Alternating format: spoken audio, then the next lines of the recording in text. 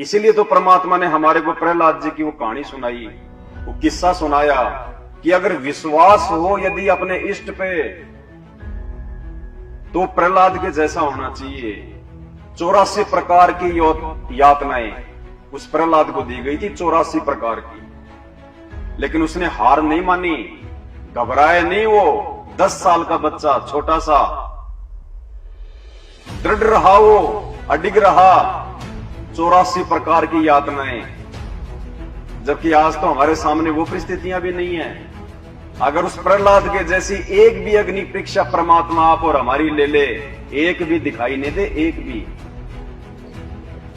तो सोचो आप और हम कहां खड़े हैं इस भक्ति मार्ग में। हमने कितना तैयार होना है। और उसके बाद फिर परमात्मा ने हमें फिर नया रक्षा मंत्र दिया और क्या कहा, सतगुरु शरण शरणाई, शरण गए कछु भय नहीं व्यापे, काल जाल भय मिट जाही, रोग शोग छल छिद्र न व्यापे, सन्मुख न ठहराई, और जहर अग्नि तन निकट नहीं आवे, दूरी जात रंगाई, वीर बेताल बाण नहीं लागे, यम के कोट ढहाई, 98 पुण्य मुठ ना लागे, उल्ट तही दर खाई, बैर करे सोए दुख पावे, सुरती शब्द।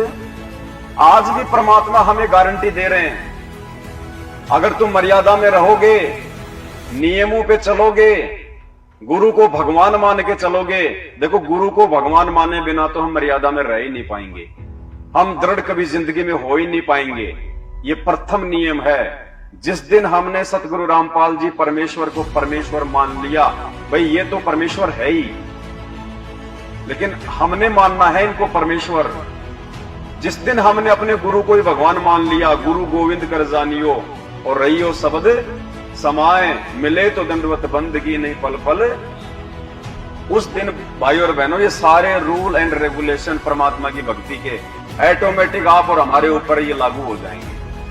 परमात्मा जरा सी भी आंच नहीं आने देगा अपने भगत को, जरा सी भी आंच। जहर अग्नि तन निकट नहीं आवे, दूरी जात रंगावे, 98 पुण्य मूठ ना लागे, 98 प्रकार के जादू जंत्र ये टोने टोट के परमात्मा ने बताए दुनिया में, 98 प्रकार के, जिससे लोगों को मतलब दुख पहुंचाया जाता है।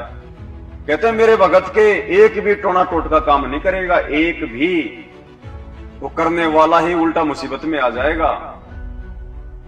और जब हम परमात्मा की विधिवत भक्ति करेंगे, और देखो ये कितनी बड़ी मेहर है गुरुदेव भगवान की, ये विधिवत भक्ति समझाने के लिए, ये करवाने के लिए परमात्मा ने साध संगतियों का रास्ता चुना है। भाई जुड़े तो हम पहले भी थे परमात्मा से, साध संगतियां तो उनके जेल जाने के बाद में शुरू हुई है।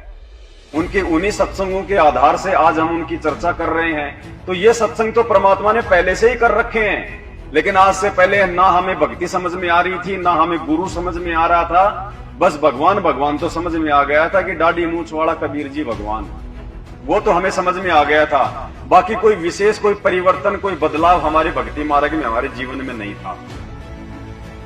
हम लोग 70% भगत होने के बावजूद भी जगत भाव में थे। ब्याह शादी में जाना, छोटे मोटे फंक्शन में जाना, वो एक खाना पीना, वो ही मतलब सिंगर के रहना, सोने चांदी जो है वो धारण करना, बात बात पे कोई लड़ाई झगड़ा गुस्सा कर लेना, मनमुटाव कर लेना, रिश्वत देना लेना, छोड़ा हमने कुछ भी नहीं था। ये था कि हमने अपने गुरु बना लिए, हमारे गुरुजी बहुत अच्छे हैं और हमारे गुरुजी ने शास्त्र दिखा के भगवान की पहचान करवा दी, बस हमें इतना ही पता था। बाकी 20-30% से ज्यादा हमने अपने जीवन में बदलाव नहीं किया था। अब परमात्मा ने हमें सारी चीजें विधिवत रूप से जो है वो समझवाई हैं साध संगति के माध्यम से। और जब हम परमात्मा की इस भक्ति मार्ग पे 50% भी ठीक ठाक तरीके से जिस दिन हम चलने लग गए, उस दिन भी परमात्मा छोटी सी भी जो है चोट नहीं आने देगा अपने बच्चे के, छोटी सी भी। यदि हम लोग 50% भी इस भक्ति मार्ग पे जैसा हमें गुरुजी चाहते हैं बनाना, यदि हमने चलना शुरू कर दिया, तो आज हमारे 90% भाई बहन मां दुखी है। ये तो जग जाहिर नहीं हो रहा। भगत लोग आपस में किसी से चर्चा नहीं करते कि गुरुजी की बदनामी होगी, बेइज्जती होगी। इनके आश्रमों में लोग मर रहे हैं, बाहर ये खबर नहीं आने देते।